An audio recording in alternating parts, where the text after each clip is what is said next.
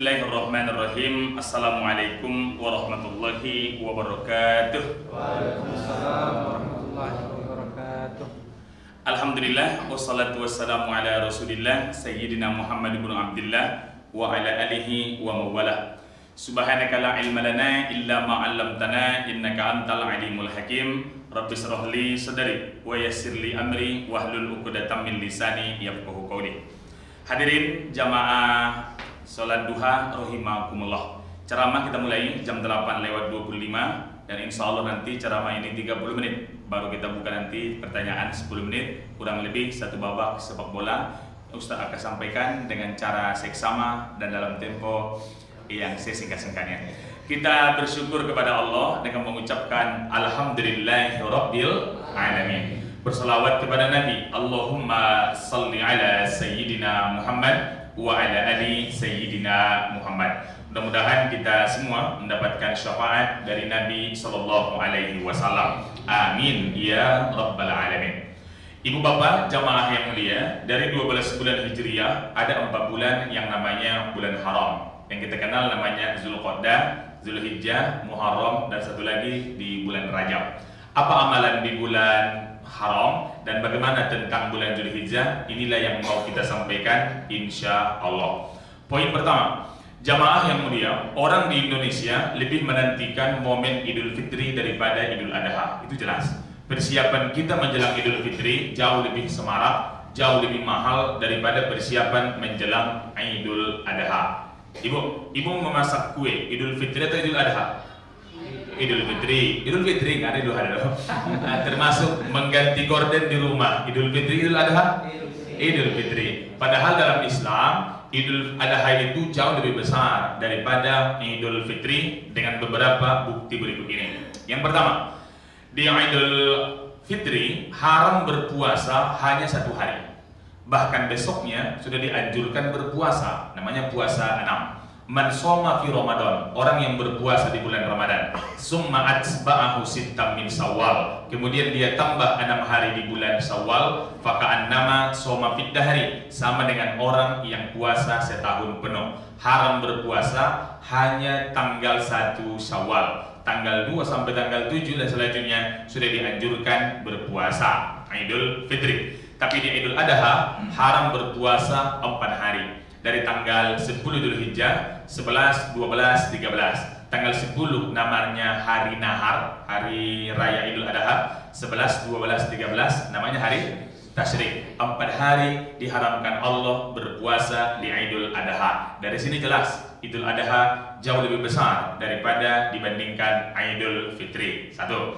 Yang kedua, takbiran di Idul Adha itu jauh lebih lama durasinya dibandingkan dengan Idul Fitri. Kita hitung, orang takbiran di Idul Fitri itu dimulai habis berbuka puasa yang terakhir, kurang lebih jam 6:30 malam maghrib. Sampai besoknya ketika khotib turun dari mimbar, takbiran sudah selesai. Dari jam 6:30 maghrib sampai jam 8:30 pagi itu hanya sekitar 14 jam saja kita takbiran di Idul Fitri. Tapi di Idul Adha kita dianjurkan takbiran 4 hari 4 malam. Dari kita berbuka puasa, namanya puasa Arafah, tanggal 9 Dzulhijjah sampai 10, 11, 12, 13 Dzulhijjah habis sholat asar. 1 hari 1 malam 24 jam. Kalau 4 hari 4 malam berapa jam? Entahlah Ustaz, berapa itu aja sendiri. Jadi kurang lebih 96 jam kita dianjurkan bertakbir. Karena mulainya maghrib, berhentinya asar, berarti 96 jam kurang 2 jam sama dengan 94 jam kita takbiran di Idul Adha. Minimal habis sholat itu takbiran loh, kalau kita perhatikan di masjid.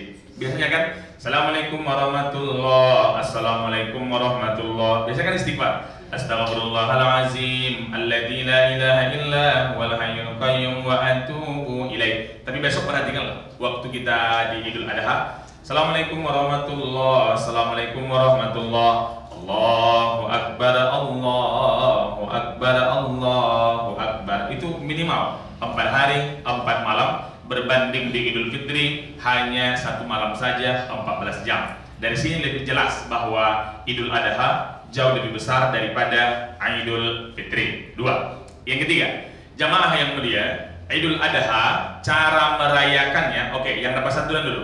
Yang dapat santunan di Idul Adha jauh lebih luas daripada di Idul Fitri. Di Idul Fitri yang dapat santunan hanya orang fakir, miskin, dan asnaf yang 8. Nama suratnya At-Taubah, urutan surat yang ke-9, nomor ayat yang ke-60. Innamas shadaqatu lil fuqara, yang boleh mendapatkan zakat pertama fuqara, fakir, wal masakin, siapa itu? Miskin. Miskin kasar atau tidak? Tidak. Karena miskin itu ada di Quran. Ara'aital ladzi yukazzibu biddin fadzalikal ladzi yad'ul yatim wa la yahuddu ala ta'amil. Miskin itu baru kasar karena tertulis di tabung gas yang 3 kilo. Hanya khusus untuk masyarakat singkat, padat, menghina kata-kata itu. Mana tahu ada kawan ibu yang sombong, fotokanlah tabung gas yang di dapur. Hai kawanku yang baik hati, kirimkan di WA. Kalau benda ini masih tersedia di dapurmu, janganlah berlagak sombong. Karena benda ini hanya untuk masyarakat miskin. Jadi miskin. Wal amilina 'alaiha, amil zakat. Wal mu'allafatu qulubuhum, mu'allaf. Wa fir riqab, hamba sahaya. Wal ghorimin, orang berutang. Ghorim artinya orang berutang. Dan di tempat kita, ghorim artinya yang tinggal di masjid. Iya kan? Kalau di Jakarta tinggal di masjid namanya marbot. Kalau di Medan namanya nazir. Di Pekanbaru, nah orang berutang tuh. Saya dulu 4 tahun menjadi GM, Ghorim Masjid. Ya itu kan Ghorim Masjid kan? GM. Yang ketujuh, wa fisabilillah, orang yang berjuang di jalan Allah. Wa banus sabil, ibnu artinya anak, sabil artinya jalan. Ibnu sabil, salah, musafir, jalan.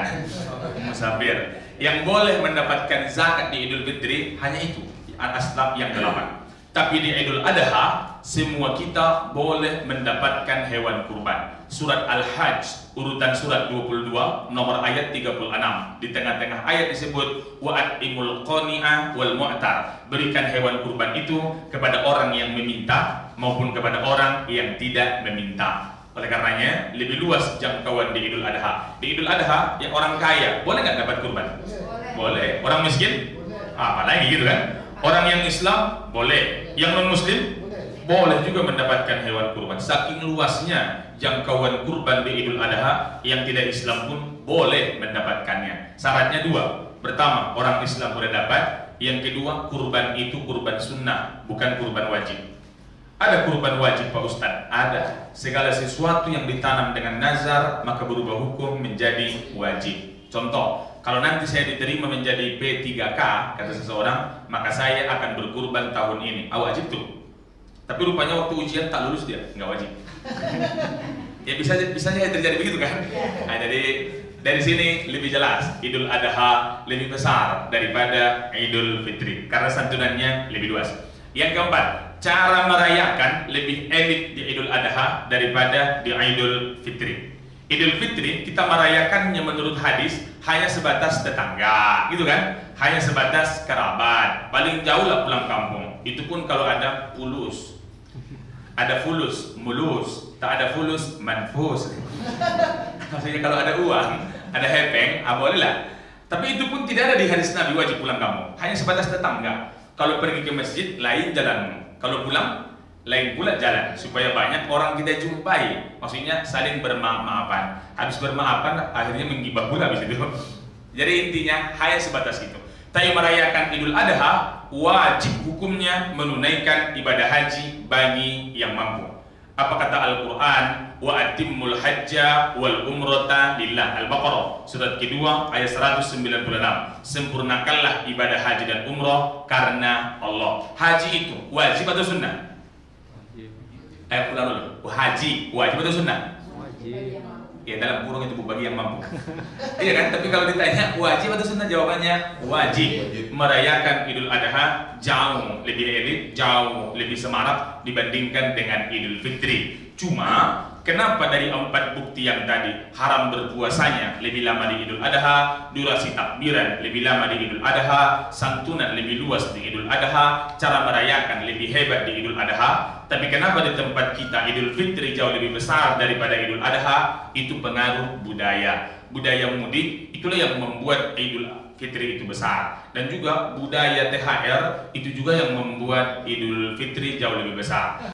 Kalau THR itu turun ketika di Idul Adha, banyak orang yang berkurban. Tapi karena THR turun di Idul Fitri, banyak orang pulang kampung. Makanya besok kalau saya jadi presiden, saya ubah itu. Nah, turunnya di Idul Adha biar makin banyak orang yang berkurban. Jadi jamaah yang saya muliakan, ini poin pertama, bahwa Idul Adha jauh lebih besar. Tapi persiapan kita menjelang Idul Fitri jauh lebih semarak. Orang mempersiapkan Idul Adha, yang dipersiapkan cuma satu, apa? Bumbu. Mana tahu besok dapat daging, mana tahu. Ini poin yang pertama. Yang kedua, apa amalan kita di bulan haram adalah memperbanyak sedekah. Bapak, ibu, jamaah, dalam rezeki kita ada hak orang lain. Ibu yakin nggak? Mata Ustadz kenapa sipit? Bukan sipit, tapi silau. Bahasa Cinanya silau seng. Jadi jamaah yang mulia, dalam harta kita ada hak orang lain. Ini dulu main secara berpikir kita agar mudah berbagi dengan orang. Nama suratnya Az-Zariyat, urutan surat 51, nomor ayat yang ke-19. Saya memang sengaja tak menengok Quran biar ibu tahu saya hafal ayatnya. Wa fi amwalihim haqqul lis-sa'ili wal mahrum. Dalam harta kita ada hak orang lain, baik orang tersebut meminta maupun dia tidak meminta. Masalah tentang sodako, Quran menggambarkan di kita, nama suratnya surat Saba. Nanti rekaman ini dia upload kan di YouTube, karena yang kemarin belum diupload. Terus saya cek belum ada. Yang ada rekamannya di sini Ustadz Edi Setiawan, Pak ya. Ustadz Andi belum masuk, masukkan Pak. Nanti kalau saya sudah masuk Indosiar, susah Bapak undangnya besok. Surat 34 nomor ayat 39. Ini tentang kualitas rezeki. Apa kata Quran?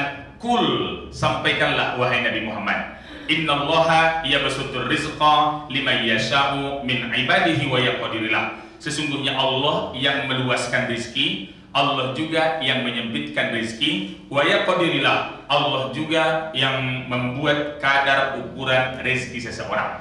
Ibu bapak, dari ayat ini kita pahami, jangan pernah iri dengan orang, jangan pernah dengki dengan rezeki orang lain, karena ayat ini menjelaskan Allah yang meluaskan, Allah juga yang menyempitkan. Halo ibu, harta adalah rezeki paling rendah. Di atasnya kesehatan, rezeki yang lebih tinggi. Ibu pilih mana? Sehat atau kaya? Sehat. Berarti waktu pemilu kemarin suara ibu nggak sah, karena ibu pilih dua. Yang dipilih dicoblos harus satu baru sah. Bahwa kata Quran tadi, Allah yang menentukan rezeki, Allah yang meluaskan rezeki, Allah juga yang menyempitkan rezeki. Ulang ya, harta rezeki paling rendah. Di atasnya kesehatan, rezeki yang lebih tinggi. Di atasnya lagi anak, rezeki yang istimewa.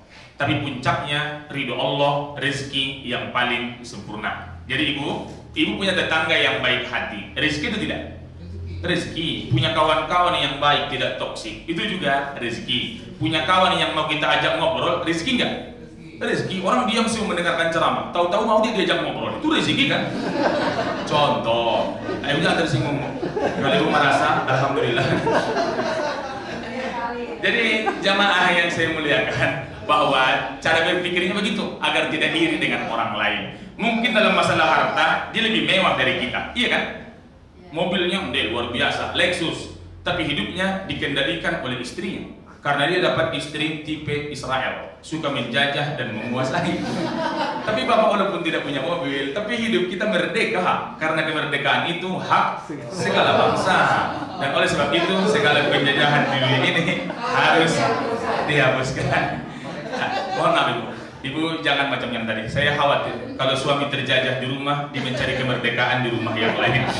Alhamdulillah. Tapi poinnya bahwa ayat yang tadi kita sambung ya, wa ma anfaqtum min syai'in, apapun yang engkau infakkan dari rezeki yang Allah berikan, fa huwa yukhlifu, janji Allah pasti mengganti. Ibu, baru disebut rezeki kalau ada dua. Pertama, didapatkan, yang kedua dimanfaatkan. Berapa banyak yang didapatkan itu banyak, tapi yang dimanfaatkan sedikit. Ada orang gajian, gaji satu bulan 10 juta. Rezeki itu tidak?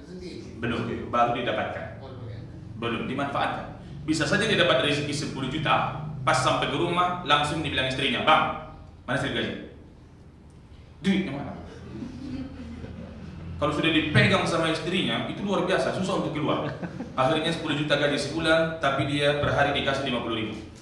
Biasanya 50.000, per hari 50.000. Yang mendapatkan 10 juta. Berarti 50.000 per hari, kalau 1 bulan berapa tuh?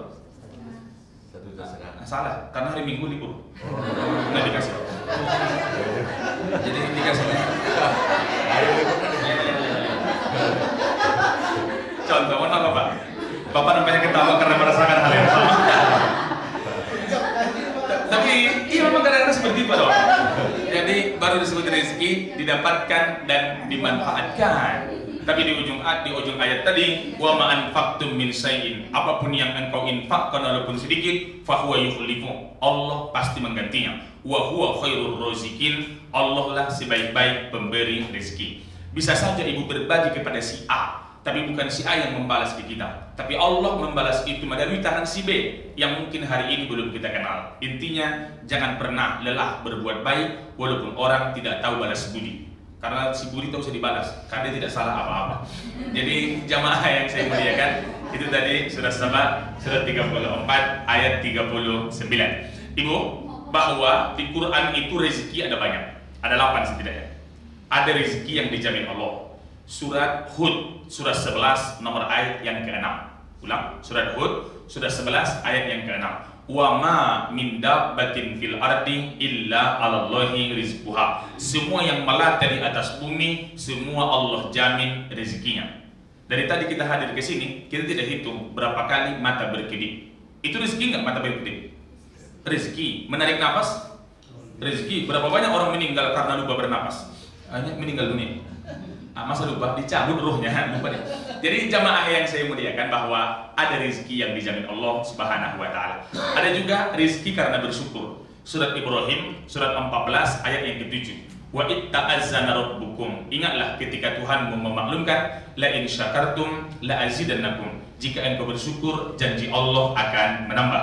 Wa la in kafartum inna adabi la syadid. Kalau engkau kufur, adab Allah sangat pedih. Rezeki bersyukur. Ada pula rezeki menikah. Ada nggak? Ada. Jam berapa ya? Bukan apa-apa Pak, karena jamaah udah ganti duduk 2 kali. Jadi kita harus tengok jam juga. Tadi bersinah, sekarang kakinya 2-2 ke belakang. Sebentar lagi 2-2 ke depan. Oke, jamaah yang mulia, ingat Bapak Ibu ya, bahwa kita di sini beramal ibadah, mendengarkan kajian. Amal nggak? Amal. Cuma amal kita beda-beda. Yang duduk biasa dengan bersandar, beda pahalanya. Oke, jadi iya itu Pak, sama al jaza ala qadril amal, balasan itu sesuai dengan kadar amal seseorang. Oke, jadi jamaah rezeki menikah nih, nanti ibu kirimkan sama suami ibu bahwa ini ada rezeki menikah. Dari kemarin kenapa nggak kau dapatkan rezeki gitu. Surat An-Nur, surat 24 nomor ayat 32. Wa ankihul ayyama minkum, wahai orang tua, nikahkanlah anak-anakmu yang lajang. Iyakunu fuqara, kalau anakmu itu fakir, yughnihimullahu min fadli, Allah akan karuniakan rizki dari karunia-Nya. Intinya ada rizki pernikahan. Yang keempat, rizki anak. Ada nggak? Ada. Al-Isra surat 17 nomor ayat 31. Wala taqtulu auladakum khasyata imlaq. Jangan bunuh anakmu karena takut miskin. Nahnu narzuquhum wa iyyakum. Allah yang memberikan rezeki kepada anakmu, Allah juga yang memberikan rezeki kepadamu sebagai orang tua. Ada rezeki anak-anak kita. Yang kelima, rezeki yang tidak terduga. Ada nggak? Ada. Tadi saya menduga datang ke sini dikasih air minum. Rupanya enggak. Itu rezeki yang tidak terduga. Itu saya bawa sendiri. Saya khawatir tadi tak dikasih. Rupanya betul. Oke, jamaah yang ini jangan tersinggung. Itu cuma candaan aja. Kembali ke laptop, bahwa rezeki yang tak terduga itu ada. Nama suratnya At-Tolak, surat 65 ayat 2 dan ayat 3. Wa may yattaqillaha yaj'al lahu makhraja. Orang bertakwa diberikan jalan keluar ketika ada masalah. Wa yarzuquhu min haitsu la yahtasib. Diberikan rezeki yang tak disangka-sangka. Ada seorang ibu waktu mendengar ceramah, handphonenya bergetar terus karena anaknya menelpon karena ustaz sedang ceramah, sekian dia tengok handphone. Udah habis ceramah baru dia tengok, rupanya dikirimkanlah WA sama anaknya. Isi WA-nya, "Ma, tolong dikirimkan dan diurus EKTP." karena bulan depan kita akan berangkat umroh. Rezeki nggak? Rezeki yang tidak disangka-sangka. Karena dapat rezeki yang tidak disangka-sangka, ibunya sujud. Apa nama sujudnya itu? Sujud syukur. Waktu ibunya habis sujud syukur, datang lagi chat di WA. Mohon maaf, Mak, cuma bercanda. Tak jadi bercanda, cari berangkat. Jadi contoh. Jadi intinya ada rezeki yang tak disangka-sangka. Cerita tadi hanya fiktif belaka. Ada kesamaan nama, tokoh dan tempat, itu hanya kebetulan tanpa ada unsur kesengajaan.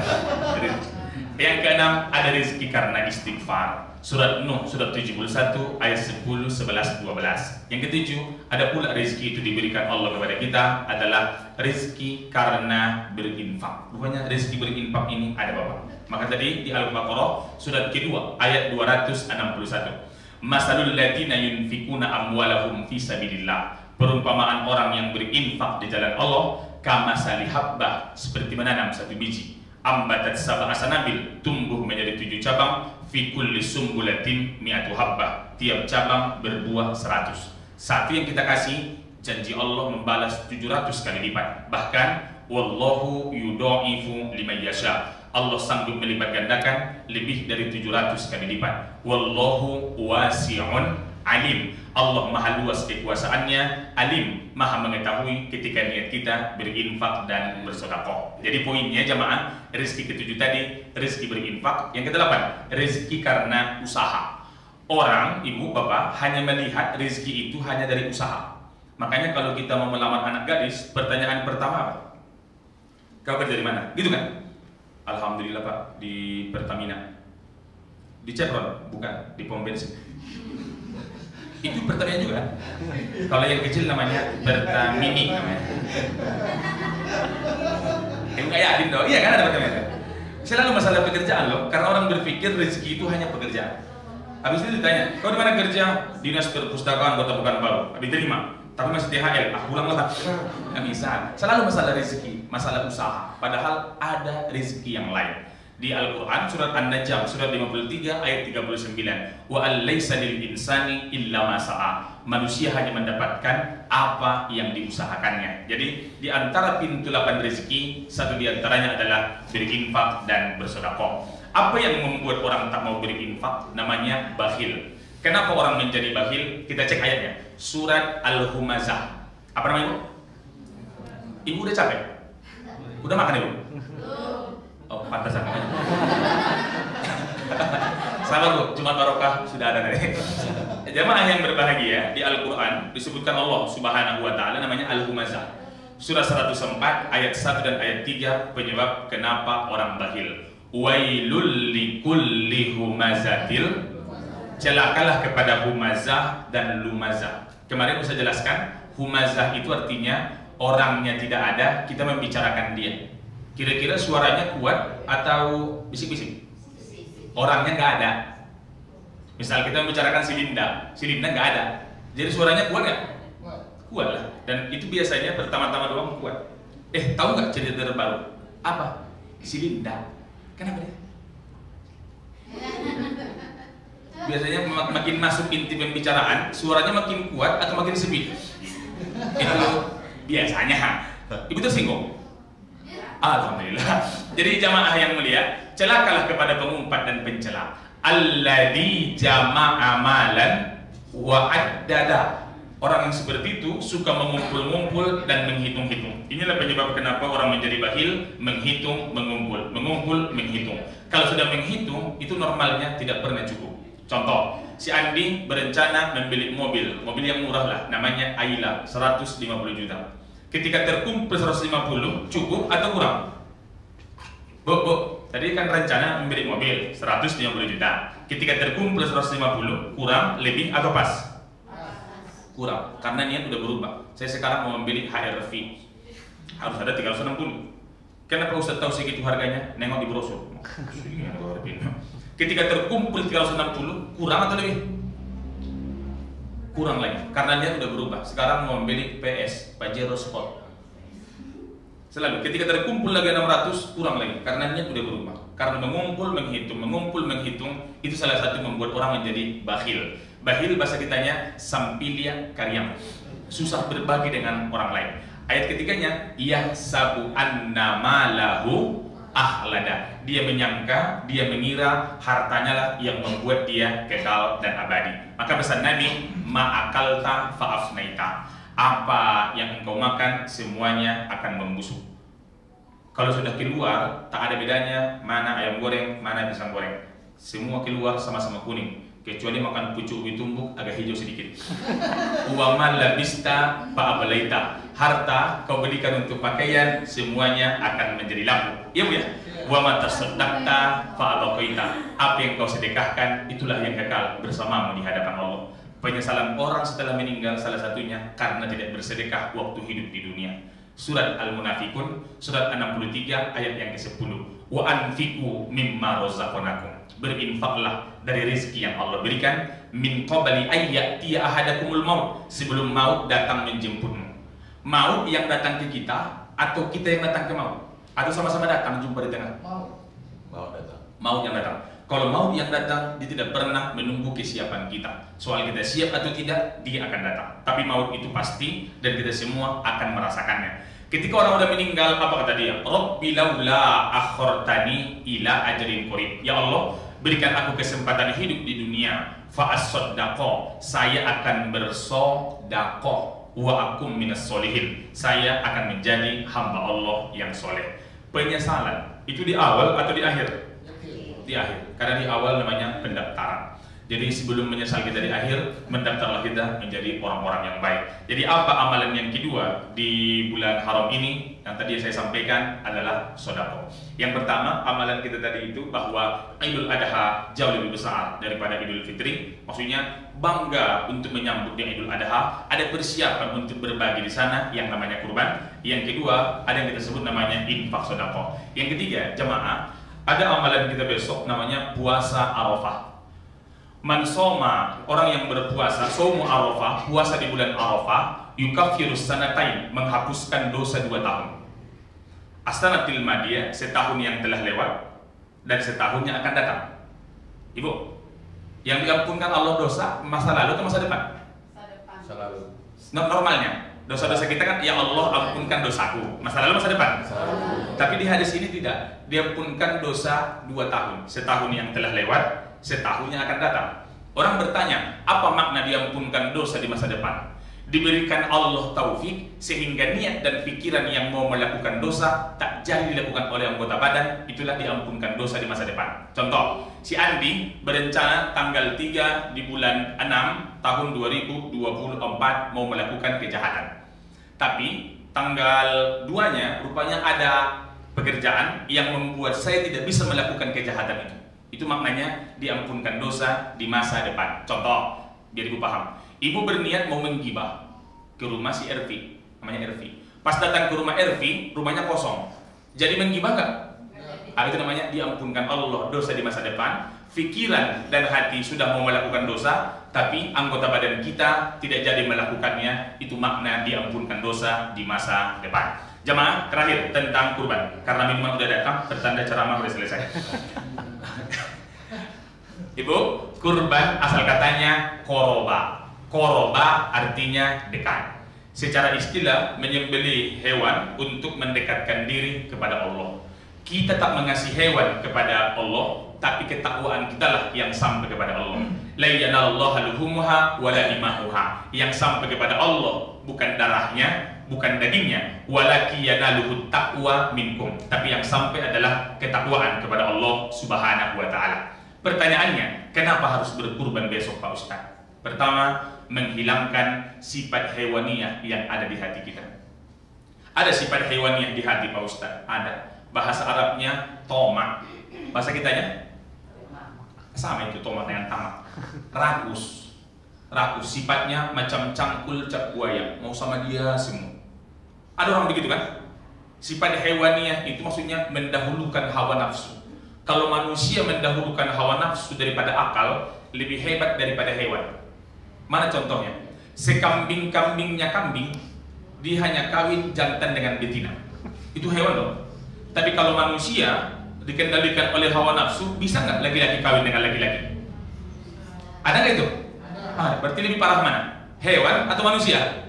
Manusia. kalau lebih mendahulukan hawa nafsu. Sekambing-kambingnya kambing yang bisa dimakannya cuma rumput. Kalau manusia hawa nafsu sudah di atas, itu bisa nggak dimakannya cor? Bisa. Besi?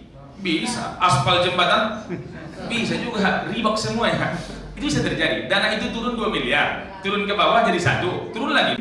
Khairan yara, wa man ya'mal misqala dzarratin syarran yara. Kecil kebaikan keburukan akan diminta LPJ, laporan pertanggungjawaban. Jadi solusinya, ayo deh, biar besok bisa masak-masak. Kalau udah masak-masak, telepon saya, Bu, biar saya ikut makan-makan.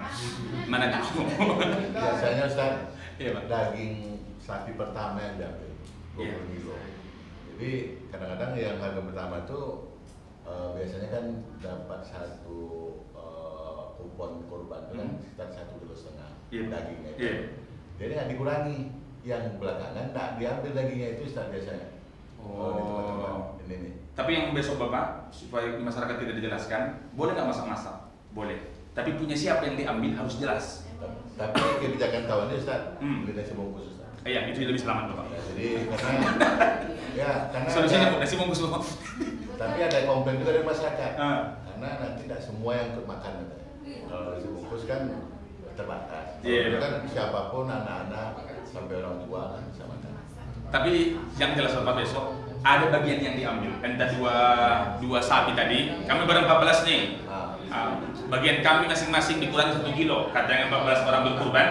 Boleh. Coba baru sah kan? Tapi kalau nak diambil aja sapi pertama. Punya siapa? Kalau nggak salah semua segitu Ustaz. Karena ini disensuk. Jadi sapi pertama aja diambil. Yang kedua, ketiga nggak diambil.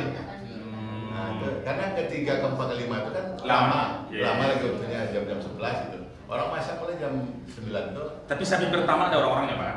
Ada. Itulah yang disebutkan namanya tadi, yang kita minta izin bahwa bagian mereka yang kita ambil. Tapi tidak dikurangi itu Ustaz. Konsekuensinya kalau minta izin berarti dikurangi dong Pak? Ya gimana, orang kan mengambil panitia juga kan menghitungnya kan per kantong, per sapi. Jadi kantong itu untuk peserta itu biasanya 1,5 kilo atau 2 kilo daging bagus. Yang khas itu kan. Untuk yang biasa? Biasa nanti kan dikasih yang 1 kilo. Oke. Kalau sudah kita ambil bagian mereka, yang tadinya mereka dapat 1,5 kilo menjadi 1 kilo. Nah, itu solusinya. Oke, habis ya. Ada lagi satu Ustaz, saya tanya. Saya ada lagi. Silakan Bu, sampai puas Bu. Agak di dekat di rumah saya kan Pak. Misalnya satu orang dalam satu gerbang itu ada 7. Jadi satu orang itu dikenakan biaya 2.800.000 lah. Ternyata uangnya itu semua bukan cuma untuk hewan kurban, ada juga untuk operasional. Beli kaos. Boleh nggak itu kan itu? Boleh nggak? Boleh. Syaratnya kita harus memberitahu kepada panitia bahwa ini bukan untuk hewan kurban saja, tapi termasuk sekaligus operasional. Adi operasional itulah akadnya ada, jadi dia membeli kurban 2,6, 200 operasional. Kalau tak mau membayar operasional, sembelih sendiri, bagi-bagi sendiri. Iya serius.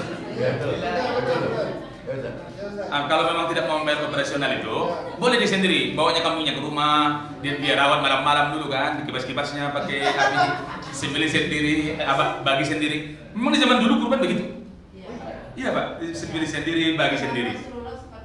Iya Bu, tapi kalau sekarang biar simpel orang, adalah petugasnya dibuat.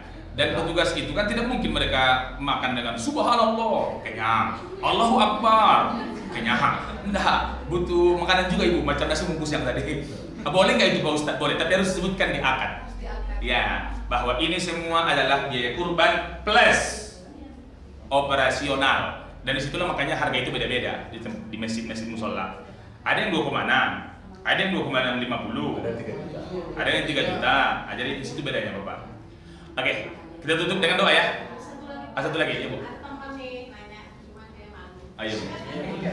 Temannya yang sebelah. Pasti orang sebelah. Orang sebelah. Next. Lanjut Bu. Kalau misalnya dalam satu keluarga itu dia suami istri nih punya anak, tapi yang kurban bapak sama mama, apa berkah untuk anak-anaknya dapat Pak? Apakah dapat berkah untuk anak ketika ayah ibu berkurban? Ada. Kenapa ada berkah? Karena bayangkan kalau ibunya tak jadi berkurban, diberikannya HP sama anaknya, tak jadi berkurban itu. Tapi karena anaknya itu memahami lah, akhirnya mereka berkurban. Sama dengan begini Bapak, yang dapat pahala itu siapa? Kalau kita sebutkan misalkan anak lah yang berkurban. Itu yang dapat orang tua. Karena yang punya uang itu adalah orang tua. Anak di situ cuma numpang nama sebenarnya itu. Iya kan? Kalau boleh jujur kan, yang mengasih duit itu orang tuanya. Masa anak umur 5 tahun dapat duit, tapi hanya menumpang nama. Yang dapat pahala itu siapa? Ayahnya dan ibunya. Apakah untuk anak dapat berkah ketika orang itu berkurban? Dapat barokah. Barokahnya apa? Pengajaran. Barokahnya apa? Dia tengok besok. Kalau ayah ibu saya besok yang tidak kaya saja bisa berkurban, saya juga harus bisa berkurban. Itu ada barokahnya untuk anak. Dan ada efeknya kalau untuk anak Pak Ustadz? Ada. Dan Bapak, Ibu, tentang kurban yang tadi, kan bagi yang mampu Pak Ustadz, iya. Tapi harus kita usahakan dalam hati agar kita senantiasa mampu untuk melakukannya. Insya Allah. Habis? Satu lagi Ustaz. Yang kategori mampu tadi Ustaz. Rambut kurban. Saya dengan pengajian. Satu hari pas waktu kurban itu atau satu hari sebelum kurban itu, duit kita itu ada 3 hari untuk setelah berkurban. Itu apanya kan. Jadi duit simpanan kita ada nih Ustaz. Contohnya 2 juta, 3 juta lah. Itu untuk sekolah anak atau apa. Hal tersebut gimana Ustaz? Oke, Ibu, Bapak, saya ungkapkan ya, kurban ini jumhur ulama mengatakan sunnah. Ulang ya, jumhur ulama, maksudnya mayoritas ulama mengatakan kurban itu sunnah muakkadah.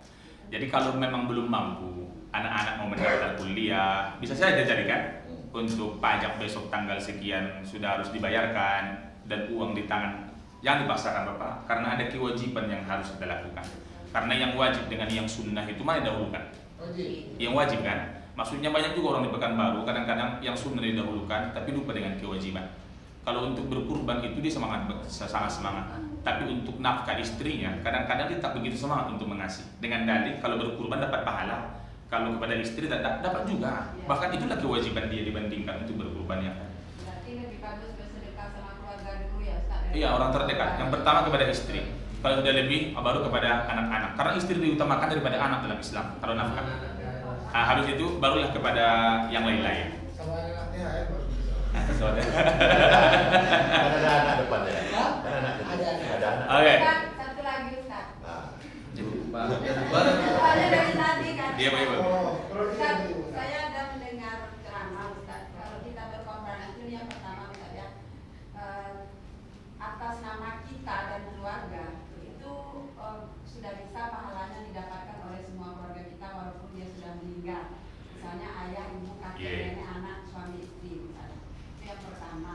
Yang kedua, kita berkorban itu pembagiannya itu ada 3 Ustaz. Yang pertama untuk kita sekeluarga, yang sepertiga untuk kita sekeluarga, yang sepertiga lagi untuk bersedekah ke fakir miskin, yang sepertiga lagi untuk memberikan hadiah ke kerabat kita walaupun kepada orang-orang kaya. Terus yang sepertiga tadi itu kan kita masak bersama-sama. Bagaimana ya untuk fakir miskin? Kalau zaman Rasulullah itu kan dulu kan yang masak dikasih ke fakir miskin Ustaz. Apakah sekarang ini afdal kita seperti yang dikatakan Bu Ian tadi, apakah nanti tidak menyusahkan fakir miskin? Mungkin ada kiat gitu Pak Ustaz. Kita memberikan untuk fakir miskin itu dengan bumbu-bumbunya gitu Ustaz. Yeah. Boleh nggak Pak Ustadz? Yang tadi yang pertama dulu ya, bahwa kita berkurban semua mendapat. Iya. Sama dengan tadi, ketika saya berkurban, istri saya dapat pahala itu, walaupun cuma nama saya ibu. Kenapa? Karena dia mendukung lah saya juga bisa berkurban. Cuma kalau dia minta yang lain-lain, bang, ayo ke FCL katanya, bang, ayo ke Ramayana, ayo ke sini, mungkin kita jadi juga berkurban. Dia dapat, anak dapat. Apakah yang sepertiga tadi masih berlaku hari ini? Iya, paling banyak sepertiga untuk kita, paling banyak. Sepertiga untuk tetangga, orang-orang dekat. Sepertiga lagi untuk fakir miskin. Apakah harus dimasakkan atau tidak? Kebijaksanaan di tempat masing-masing. Karena kalau kita masak ibu, dia tidak mau misalkan sup, dia maunya rendang. Kalau kita masak rendang, dia tak mau itu, dia maunya kalio. Ya maksudnya selera orang kan berbeda-beda ketika. Tapi boleh nggak dimasakkan Pak Ustadz? Kasih aja mentahnya. Karena itu tidak merepotkan dia dan tidak merepotkan kita. Apakah orang merasa direpotkan ketika daging kurban dapat? Tak selamanya begitu. Kalau di Pekanbaru kehidupan mendapatkan daging kurban, kalau untuk bumbu masih bisa mungkin untuk dimasak. Kalau di Pekanbaru ya. Tapi kalau mungkin di Rafah sekarang kita kasih dia daging, mungkin dia susah sekarang. Karena kompornya pun nggak ada, sudah dibombardir sama Israel. Tapi kalau di Pekanbaru untuk memasak itu, kalau dengan yang tadi itu, makanya saya heran pertanyaan itu mungkin agak jarang lah. Tapi boleh nggak Ustaz dikasih yang masak? Boleh. Saya lebih suka dikasih orang yang masak waktu saya menjadi garing dulu. Karena dikasih orang daging mau diapain? Khawatirnya masyarakat menganggap itu aneh. Tidak. Tapi ibu kalau mau ngasih yang dimasak, ibu kasih bagian ibu. Bagian ibu yang ibu ambil, baru masak, baru kasih ke orang. Jangan bagian orang ibu ambil.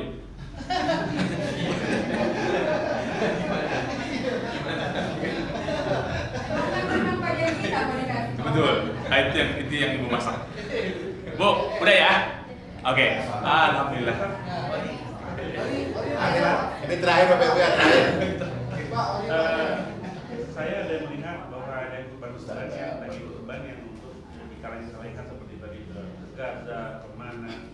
Sedangkan kita kan nggak tahu itu disembelih, dipotong atas nama kita atau jangan-jangan sudah dipotong duluan. Nah, sebenarnya kita hanya memberikan uang gitu atas kurban yang sudah jadi kalengan, misalnya kalau di Gaza seperti, tapi kan mungkin nggak perlu dikorban di sana, tapi sudah bentuknya sudah baik. Kapan dipotong ya kita nggak tahu, apakah sebelum lebaran atau bagaimana, tapi ya kitanya persebarannya gimana?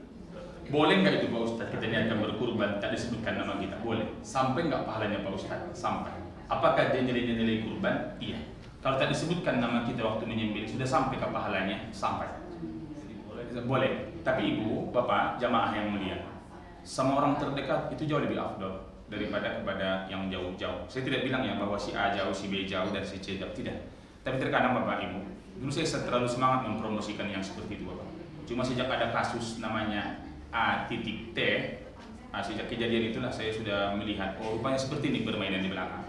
Maksudnya kalau sama orang-orang dekat bapak di tetangga kita tahu langsung sampai. Tapi kalau melalui orang ketiga sampai atau tidak, saya takutnya sampai juga ke rekening istrinya. Saya tidak sampai ke rekening kita tujukan. Bapak paham maksudnya tidak? Paham ya? Jadi maksudnya lebih baik semua orang yang terdekat bapak. Karena sampai kita lihat orangnya dan bagaimana keadaannya, langsung kita sampaikan kepada yang terdekat. Daripada kepada yang jauh-jauh melalui nomor ini. Saya tak menyalahkan, cuma lebih afdol kepada yang dekat-dekat. Kenapa Ustadz begitu? Kadang-kadang masalah amanah bapak. Kan dia Ustadz, Pak Ustadz, jenggotnya panjang. Kalau saya ada duit, tak nengok-nengok jenggot. Kadang-kadang bisa juga kepengurangan itu bisa.